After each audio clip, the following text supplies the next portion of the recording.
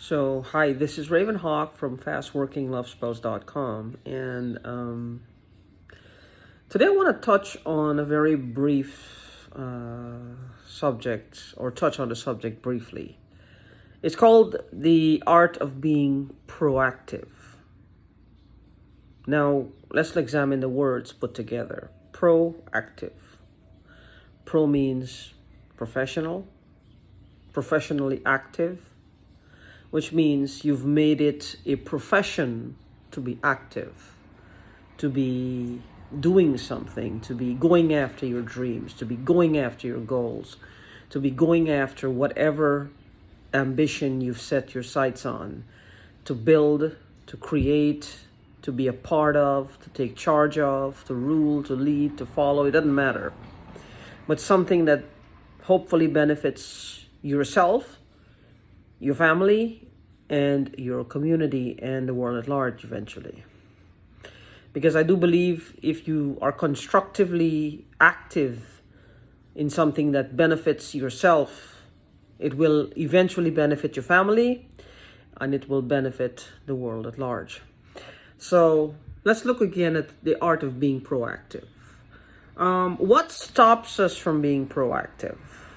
Laziness, an unwilling attitude, not wanting to do the work. I think it was Winston Churchill who said that success often knocks on the door. They say success doesn't knock twice. He said success always knocks on the door, but it is always being turned away or sent off because it smells too much like work. Everybody wants the big house, they want the big car, they want the happy family. They want to have these physical things in abundance, exuberantly so. Bigger pool than the neighbor, bigger house than the neighbor, bigger wad of cash, bigger car. Everything, to show signs of wealth, of how wealthy they are. But how many people are showing signs of how productive they are? How many people are showing signs of how constructive they are, of how diligent they are, of how willing they are to actually do something to change their circumstances? Everybody wants better. Everybody wants more. And there's nothing in the world that is wrong with that. We were sent here, is my belief, to be proactive, to build, to procreate, not just procreate, but to be productive. And in doing so, we become more creative, we become more energetic, we become more assertive, we become more ambitious, we become more have a zest, a zeal for life, as it were, because we want to see something. Some people use physical things like a big house and a big car as a motivation to actually take action. Some people use themselves. I'm one of those. I like that feeling of when I am proactively trying to create something, like creating this video. I could put it off and put it off and put it off. Doesn't work well with me anymore. Maybe in the past, when I was younger, it was easier to do so. But now, when I do something, I take action, I take firm action. I pick up the phone, I turn it on, I start talking unrehearsed. I feel like I've accomplished something, and there's nothing in the world that can take that feeling. It's nothing that I have found so far is comparable to that feeling. The feeling of personally taking charge of your life, doing something, and having that sense of purpose that you have accomplished something. It's a beautiful feeling. So some people use physical things. They use money, a big house, a big car as motivation. Well, that's the end goal, and there's nothing wrong with that.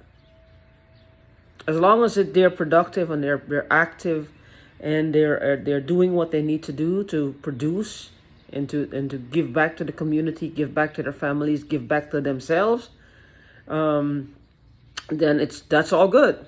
That's wonderful. And then there's people like me who just do it. They do it for money, yes, but the bigger takeaway for them is that feeling of satisfaction.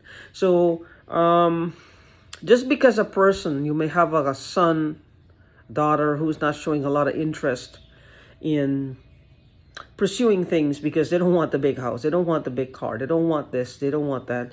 And another way to approach it is to get them motivated to produce, to get excited about what they can contribute to themselves, to their parents, to their families, to the community, and to the world at large. Those are the ones, ladies and gentlemen. Ladies and gentlemen, those are the ones who will surprise you in the end. They are not motivated by the outward, which means they have something in here to bring out. And I think that the parents, those are the ones you need to coax out, because you will find that they do it for a feeling of satisfaction. They like that feeling of satisfaction. They are the ones who will build something that is lasting. They are the ones who will build something that they are proud of. They are the ones that will create something that you, the parent, will be proud of. But you got to know how to bring that out. You got to know how to nurture that. Because what's going to motivate them? They're not motivated by the house, the wad of cash, the car, the fancy Ivy League school, or they're just motivated. They're marching to a different drum. They're vibrating on a different plane, a different level. And that's the level of they want to create something because they want that feeling of satisfaction of knowing they did it. They did it. They created it. That's what you have to nurture. That's what you have to coax out. And just watch them go. So I do offer EFT sessions, and I do work with teenagers on this. And I am a life coach as well. I am a certified EFT practitioner. Give me a call at 405-332-3986. That is 405-332-3986.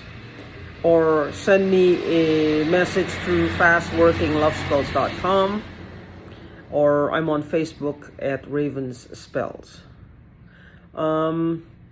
Just remember one thing. Sometimes you're not motivated by the physical things around you, but by an innate desire to produce. Your satisfaction comes from within, the feeling of you created something. So if your child is not motivated by what's happening around, let them be motivated by something they create. Just a tiny seed, and then you plant that, you get them to water it, and just watch them go. All right, peace out for now.